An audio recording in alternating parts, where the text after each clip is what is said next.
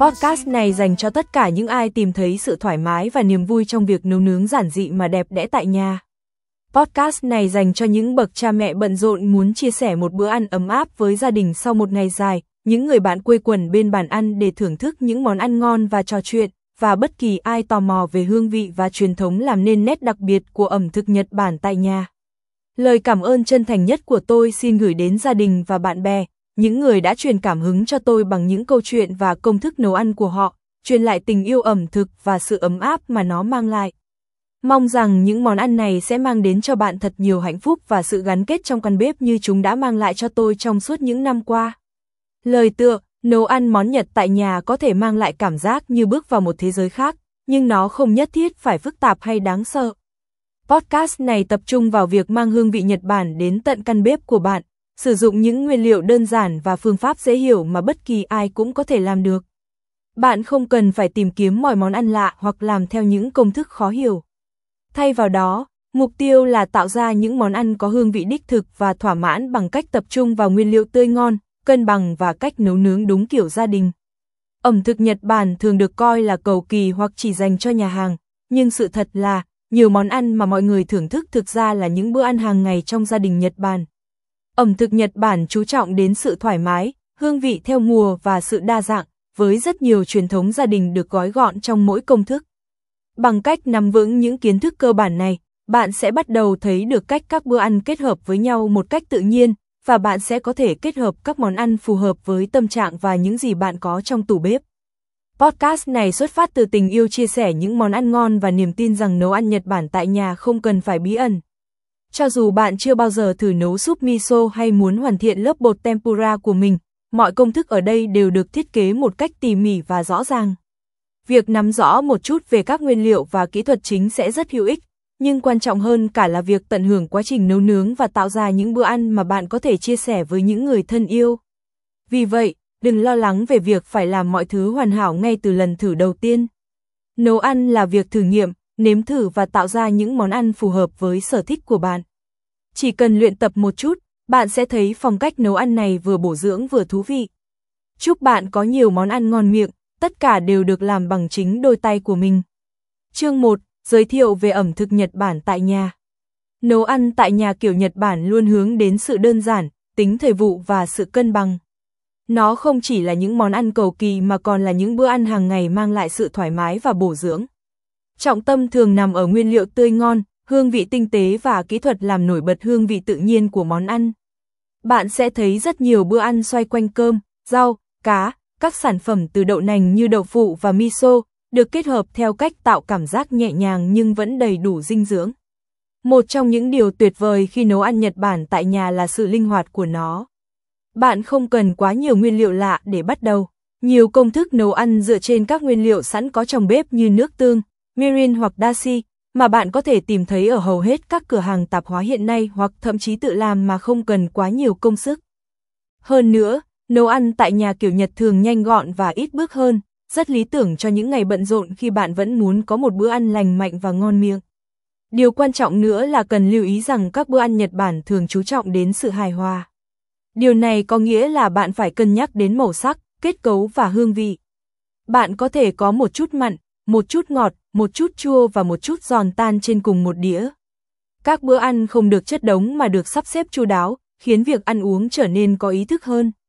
Ý tưởng về sự cân bằng này không chỉ dừng lại ở việc ăn uống mà còn ở việc kiểm soát khẩu phần và sự đa dạng, giúp bạn cảm thấy no bụng nhưng không quá no. Học nấu ăn tại nhà kiểu Nhật mở ra cánh cửa đến với rất nhiều món ăn, từ súp miso và cá nướng đến cơm nắm và dưa chua đơn giản. Những món ăn này có vẻ đơn giản, nhưng chúng lại là xương sống của nhiều gia đình Nhật Bản.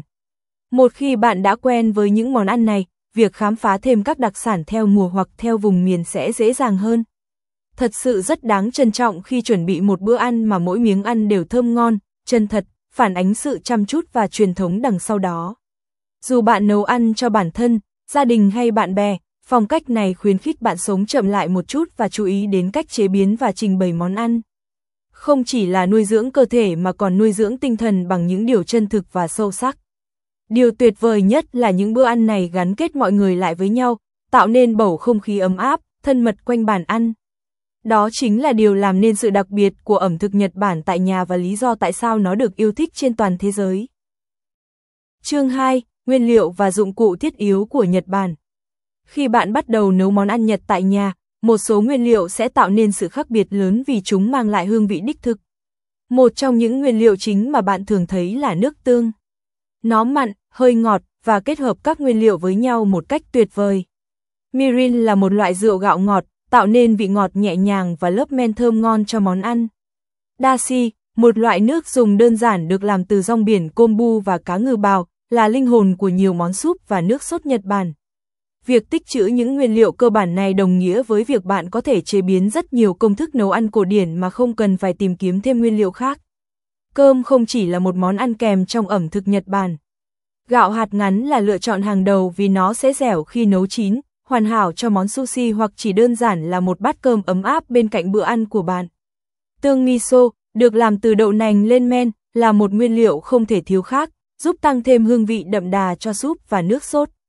Có nhiều loại khác nhau, từ loại nhạt, nhẹ đến loại đậm đà, mạnh mẽ, vì vậy, thật tuyệt vời khi thử nghiệm để tìm ra loại yêu thích của bạn. Để nêm nếm và tạo thêm các lớp hương vị tinh tế, những thứ như dầu mè, giấm gạo và rượu sake là vô cùng hữu ích. Dầu mè có vị bùi bùi, trong khi giấm gạo tạo nên vị chua thanh, giúp món ăn thêm phần hấp dẫn. Rượu sake, loại rượu gạo Nhật Bản dùng để uống, cũng được dùng trong nấu ăn để làm mềm thịt và cân bằng hương vị. Đừng quên rong biển nori, loại rong biển khô thường được dùng trong sushi hoặc để trang trí và tạo độ dai. Việc có đúng dụng cụ trong bếp có thể thực sự thay đổi cảm giác nấu nướng mượt mà. Một chiếc nồi đáy dày hoặc donabe, một loại nồi đất truyền thống của Nhật Bản, có thể giúp các món súp và món hầm xôi liu riu ngon hơn rất nhiều vì nó phân phối nhiệt đều. Một con dao sắc, đặc biệt là dao kiểu Nhật như Santoku hoặc Diba, không chỉ giúp việc chuẩn bị dễ dàng hơn mà còn giúp bạn có những miếng cắt gọn gàng, đẹp mắt trên đĩa. Tấm cuộn sushi bằng tre có vẻ chuyên dụng, nhưng chúng rất tiện dụng để tạo hình cuộn và thậm chí cả cơm nắm. Nồi cơm điện gần như là vật dụng không thể thiếu đối với các đầu bếp gia đình Nhật Bản vì chúng giúp bạn không phải đắn đo suy nghĩ xem nên nấu cơm như thế nào cho đúng. Và nếu bạn đang nấu mì, một chiếc dây lọc hoặc dây lọc đơn giản được thiết kế để xử lý những sợi mì mỏng manh có thể giúp chúng không bị vỡ. Tin tôi đi, việc có những dụng cụ phù hợp với ẩm thực sẽ giúp việc nấu nướng trở nên thú vị hơn và món ăn của bạn trở nên chân thực hơn. Khi đã quen thuộc với những nguyên liệu và dụng cụ này, bạn sẽ thấy dễ dàng hơn khi thử nghiệm nhiều công thức nấu ăn khác nhau, từ súp miso đơn giản đến những món phức tạp hơn như tempura hay mì ramen tự làm. Những nguyên liệu cơ bản này tạo nên nền tảng cho ẩm thực gia đình Nhật Bản, vì vậy, đầu tư vào chúng sẽ mang lại lợi ích mỗi khi bạn muốn làm ra những món ăn ngon và đúng hương vị Nhật Bản. Chương 3. Kỹ thuật và phương pháp nấu ăn trong ẩm thực Nhật Bản. Khi tìm hiểu về ẩm thực Nhật Bản, bạn sẽ nhanh chóng nhận ra rằng mỗi kỹ thuật không chỉ đơn thuần là bày biện món ăn lên đĩa, mà còn là sự tôn trọng nguyên liệu và làm nổi bật hương vị tự nhiên của chúng. Một trong những phương pháp phổ biến nhất mà bạn sẽ bắt gặp là ninh nhừ. Phương pháp này thường được thực hiện nhẹ nhàng và chậm rãi để làm nổi bật hương vị đậm đà, thơm ngon trong nước dùng và các món ăn như nimono. Hãy nghĩ về nó như cách để tinh chất được tiết ra mà không cần vội vàng. Ninh nhừ là phương pháp hoàn hảo cho các món ăn có rau, đậu phụ hoặc cá vì nó cho phép các hương vị hòa quyện mà không lấn át kết cấu tự nhiên. Nướng là một kỹ thuật khác đã ăn sâu vào ẩm thực Nhật Bản, nhưng nó không chỉ đơn thuần là nấu trên lửa. Cho dù đó là xiên yakitori hay cá nấu với một chút muối, mục đích là để tăng cường hương vị vốn có của món ăn bằng cách nướng nhẹ hoặc caramel hóa, tạo thêm hương khói mà không làm mất đi hương vị ban đầu. Bạn sẽ thấy nướng than đặc biệt được yêu thích vì nét tinh tế này. Hấp cũng được sử dụng rất nhiều. Đây là một phương pháp nhẹ nhàng giúp giữ ẩm và mềm cho thực phẩm, hoàn hảo cho cá hoặc rau củ mềm, đồng thời giữ được chất dinh dưỡng. Quá trình hấp trong nấu ăn Nhật Bản giúp giữ nguyên độ tươi ngon của nguyên liệu mà không cần thêm mỡ hay gia vị. Rán, ở Nhật Bản thường được gọi là tempura. Kiểu chiên này sử dụng bột chiên rất nhẹ và dầu được đun nóng đến nhiệt độ thích hợp để tạo ra kết cấu giòn, xốp và không hề nhờn.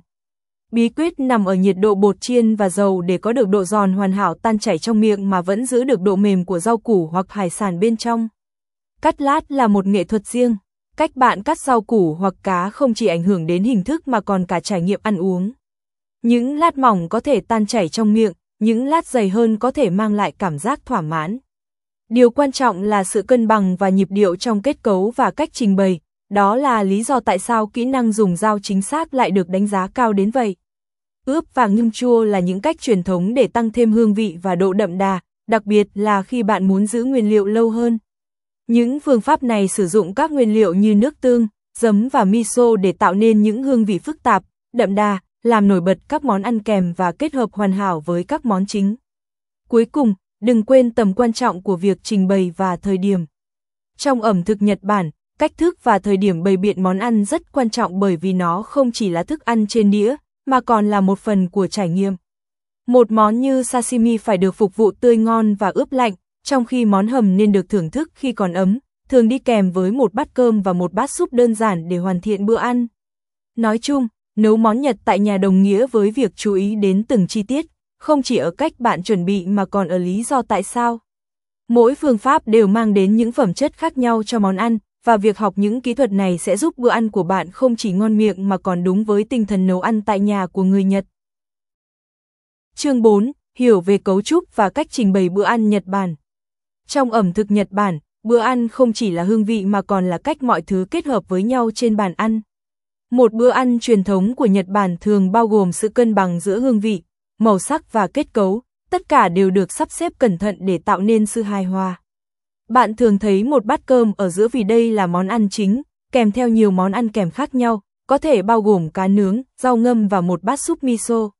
Mỗi món ăn được phục vụ trong bát hoặc đĩa nhỏ riêng, giúp bữa ăn có cảm giác nhẹ nhàng và cho phép từng hương vị tỏa sáng. Ý tưởng là để thưởng thức từng chút một mà không làm quá tải vị giác. Trình bày thực sự quan trọng ở đây, với các món ăn thường được sắp xếp sao cho bắt mắt. Điều này có thể có nghĩa là đặt các nguyên liệu theo cách làm nổi bật màu sắc hoặc hình dạng tự nhiên của chúng, hoặc sử dụng các điểm nhấn theo mùa như lá hoặc hoa để trang trí. Sự chú ý đến chi tiết này thể hiện sự tôn trọng đối với các nguyên liệu và người thưởng thức bữa ăn. Bạn sẽ nhận thấy rằng các bữa ăn thường theo mùa, sử dụng các sản phẩm tươi ngon, địa phương. Điều này giúp giữ hương vị sống động và kết nối bạn với thiên nhiên quanh năm. Khẩu phần ăn thường vừa phải, khuyến khích sự tập trung khi ăn thay vì ăn vội vàng. Điều này cũng đồng nghĩa với việc bạn có thể thưởng thức nhiều loại thực phẩm mà không cảm thấy no bụng. Học cách sắp xếp bữa ăn này có thể khiến việc nấu nướng tại nhà của người Nhật trở nên đặc biệt và cân bằng hơn. Khi dọn bàn, đũa được đặt nằm ngang trước đĩa với đầu đũa hướng về bên trái, tạo cảm giác tự nhiên cho người thuận tay phải. Khi ăn, bát được cầm bằng một tay, vì vậy đĩa thường đủ nhỏ để cầm. Phong cách ăn uống này phản ánh nhịp độ thư thái, chu đáo, giúp trải nghiệm ăn uống trở nên thú vị và gắn kết hơn. Làm quen với cấu trúc bữa ăn này giúp bạn trân trọng ẩm thực Nhật Bản hơn là chỉ đơn thuần là công thức. Đó là việc tạo ra một nghi thức nhỏ xung quanh việc ăn uống, coi mỗi bữa ăn là cơ hội để nuôi dưỡng cả cơ thể và các giác quan của bạn. Một khi bạn bắt đầu áp dụng tư duy này, việc nấu nướng và phục vụ các món ăn Nhật Bản tại nhà sẽ trở nên ý nghĩa và chân thực hơn. Chương 5. Vai trò của umami trong ẩm thực Nhật Bản. Umami là một vị đặc biệt trong ẩm thực Nhật Bản, mang đến hương vị đậm đà, thơm ngon cho món ăn. Nó thường được mô tả là vị thứ 5 bên cạnh vị ngọt, mặn, chua và đắng, nhưng thực chất nó mang đến hương vị tròn đầy, trọn vẹn, khiến món ăn trở nên ngon miệng và trọn vẹn. Khi bạn nếm một bát súp miso hay một miếng cá nướng, cảm giác đọng lại, đầy đặn trong miệng chính là umami đang hoạt động. Trong các căn bếp gia đình Nhật Bản, umami hiện diện ở khắp mọi nơi, nhưng nó không chỉ là một nguyên liệu đơn lẻ. Nó đến từ sự kết hợp của một số loại thực phẩm tự nhiên có hàm lượng cao, glutamate, inosinate và guanylate. Tất cả các hợp chất tạo nên vị umami. Hãy nghĩ đến các nguyên liệu như kombu, một loại tảo bẹ, cá ngừ khô bào, nước tương, tương miso và nấm hương. Chúng không chỉ là những nguyên liệu thiết yếu trong bếp, chúng là nền tảng của hương vị đậm đà, dễ chịu mà bạn tìm thấy trong nhiều công thức nấu ăn Nhật Bản. Điều tuyệt vời về vị umami là nó làm nổi bật các hương vị khác mà không lấn át chúng. Thay vì che lấp các vị, nó nâng chúng lên và làm cho mọi thứ cân bằng hơn. Ví dụ, khi bạn ninh nước dùng dashi bằng kombu và vảy cá ngừ, nó tạo ra một nền tảng tinh tế nhưng đậm đà hương vị. Loại nước dùng dầu umami này trở thành xương sống của vô số món ăn, từ súp đến nước sốt, mang đến cho chúng hương vị Nhật Bản đặc trưng, vừa nhẹ nhàng vừa phức tạp. Ngay cả những nguyên liệu đơn giản như nước tương cũng mang vị umami, và vì nó được lên men, nên món ăn có chiều sâu tinh tế. Tương miso là một loại gia vị mạnh mẽ khác, mang đến hương vị mặn mà cùng với một chút ngọt và mặn. Khi bạn thêm miso vào súp hoặc nước ướp, nó sẽ mang lại cho món ăn độ đậm đà và ấm áp. Nấm hương cũng hoạt động theo cách tương tự, việc sấy khô nấm hương sẽ làm tăng cường hàm lượng umami của chúng, vì vậy việc thêm nấm hương khô vào nước dùng hoặc món xào sẽ làm tăng hương vị một cách tự nhiên. Hiểu được cách thức hoạt động của umami sẽ giúp bạn tạo ra những bữa ăn Nhật Bản ngon miệng tại nhà, bởi vì điều quan trọng là phải khéo léo xếp lớp những hương vị đậm đà đó. Bạn không cần nêm nếm quá nhiều, chỉ cần một chút rong biển kombu hoặc một chút nước tương là đủ. Điều này cũng giải thích tại sao ẩm thực Nhật Bản thường tập trung vào nguyên liệu tươi ngon, chất lượng cao, nguyên liệu càng tốt, vị umami tự nhiên càng nổi bật. Vì vậy, khi nấu món Nhật, hãy nghĩ đến việc sử dụng các nguyên liệu tạo nên vị umami từng bước một. Điều này sẽ giúp món ăn của bạn trở nên hấp dẫn hơn, không chỉ dừng lại ở vị mặn hay ngọt. Chính hương vị thơm ngon, dễ chịu đó khiến bạn muốn ăn mãi và khiến mọi người quay lại bàn ăn hết lần này đến lần khác. Chương 6. Tính thời vụ và sự đa dạng vùng miền trong ẩm thực Nhật Bản. Một trong những điều làm nên sự đặc biệt của ẩm thực Nhật Bản chính là sự thay đổi theo mùa và vùng miền. Người Nhật rất coi trọng việc sử dụng nguyên liệu tươi ngon nhất, đúng mùa. Điều đó có nghĩa là những món ăn trên bàn ăn mang lại cảm giác gần gũi với thiên nhiên, và mỗi món ăn đều mang một ý nghĩa riêng. Vào mùa xuân, bạn sẽ thấy những món ăn với măng và lá anh đào, trong khi mùa hè lại là những món ăn nhẹ nhàng, thanh mát như dưa chuột và cà tím. Mùa thu mang đến những nguyên liệu bổ dưỡng như hạt dẻ và nấm, còn mùa đông lại là thời điểm ấm áp với các loại rau củ và súp đậm đà. Việc sử dụng nguyên liệu theo mùa không chỉ là vấn đề hương vị mà còn là sự tôn vinh truyền thống và chu kỳ tự nhiên của đất trời. Nếu bạn du lịch vòng quanh Nhật Bản, bạn sẽ nhận thấy rằng mỗi vùng miền đều có cách chế biến riêng và hương vị độc đáo. Từ Hokkaido ở phía Bắc đến Okinawa ở phía Nam, nguyên liệu địa phương và khí hậu quyết định những gì xuất hiện trên bàn ăn. Ví dụ, các vùng ven biển có thể phụ thuộc nhiều hơn vào hải sản tươi sống, trong khi các vùng núi lại ưa chuộng rau củ và thịt thú rừng. Ngay cả các món ăn chính cũng có thể có sự thay đổi tùy thuộc vào nơi bạn sống. Hãy lấy súp miso làm ví dụ. Loại miso được sử dụng, kết cấu và các thành phần khác rất khác nhau tùy theo vùng miền. Những khác biệt này mang đến trải nghiệm phong phú cho bất kỳ ai nấu nướng hoặc thưởng thức ẩm thực Nhật Bản, bởi vì bạn sẽ cảm nhận được văn hóa và lịch sử địa phương qua từng miếng ăn. Tính thời vụ và sự khác biệt theo vùng miền không chỉ nằm ở nguyên liệu mà còn ở cách chế biến món ăn. Một số nơi có thể nướng cá với một loại nước ướp đặc biệt, trong khi những nơi khác lại thích luộc hoặc hấp. Cách nấu cơm hoặc loại dưa chua ăn kèm có thể cho bạn biết rất nhiều về sở thích của người dân địa phương.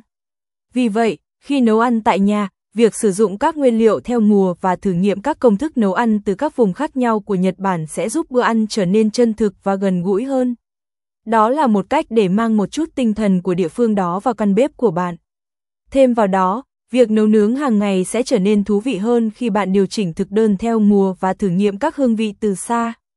Cảm giác như đang du lịch khắp Nhật Bản mà không cần rời khỏi bàn ăn. Món ăn chính là những bữa ăn mang lại cảm giác ấm áp sau một ngày dài. Chúng đơn giản, dễ chịu và luôn phù hợp, dù bạn tự nấu ăn hay đãi khách. Những công thức này là loại mà bạn sẽ quay lại nhiều lần vì chúng đáng tin cậy và cực kỳ ngon miệng. Hãy coi những món ăn này như nền tảng cho căn bếp của bạn. Chúng sử dụng những nguyên liệu hàng ngày mà bạn có thể đã có sẵn và được chế biến một cách dễ dàng. Từ mì ống và cơm thập cẩm thịnh soạn đến các món quay và món hầm cổ điển, các món ăn chính giúp bữa ăn trở nên dễ dàng và trọn vẹn, bất kể tâm trạng hay lịch trình của bạn như thế nào. Súp miso, canh miso, là món súp truyền thống của Nhật Bản, gồm những nguyên liệu chính là tương miso, đậu phụ và rong biển wakame, mang lại hương vị ngọt thanh, thơm mát và cung cấp nhiều dinh dưỡng. Để làm súp này, bạn cần ngâm nở rong biển wakame, cắt đậu phụ thành miếng vừa ăn, sau đó đun sôi nước dùng dashi, cho các nguyên liệu vào nồi và khuấy đều hỗn hợp tương miso hòa tan với nước dùng nóng trước khi tắt bếp. Súp miso với đậu phụ và rong biển wakame. Thời gian chuẩn bị 5 phút, thời gian nấu 10 phút, khẩu phần 4, khẩu phần 1 cốc, nguyên liệu 4 cốc nước, 1/4 cốc rong biển wakame khô, 1/2 cốc đậu phụ cứng, cắt khối vuông nhỏ, 3 thìa canh tương miso, trắng hoặc vàng, 2 cây hành lá, thái mỏng, 1 thìa canh cá ngừ bào, tùy chọn, 1 thìa cà phê nước tương, tùy chọn. Hướng dẫn: 1. Đun sôi nhẹ nước trong một nồi cỡ vừa. 2. Cho rong biển wakame khô vào và ngâm khoảng 5 phút cho đến khi mềm và nở ra. 3. Cho đậu phụ đã cắt khối vuông vào nồi và đun nóng trong 2 đến 3 phút. 4. Giảm lửa nhỏ, trong một bát nhỏ, trộn tương miso với một muôi nước dùng nóng cho đến khi mịn, sau đó đổ lại vào nồi. Tránh đun sôi nước dùng sau khi cho miso vào để giữ nguyên hương vị và chất dinh dưỡng. 5. Nếu muốn thêm vị umami, hãy cho cá ngừ bào vào và khuấy nhẹ. 6. Thêm nước tương nếu bạn thích vị đậm đà hơn một chút, nhưng điều này là tùy chọn.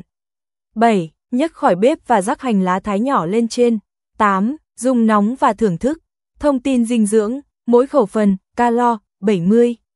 Protein, 5g, carbohydrate, 4g, chất béo, 2g, chất xơ, 1g, đường, 1g, natri, 700mg, kali, 150mg, cholesterol, 0mg. Mỗi ngày tôi sẽ cho ra một thực đơn ngắn gọn về món ăn Nhật Bản. Chúc các bạn thành công. Daily Life Podcast.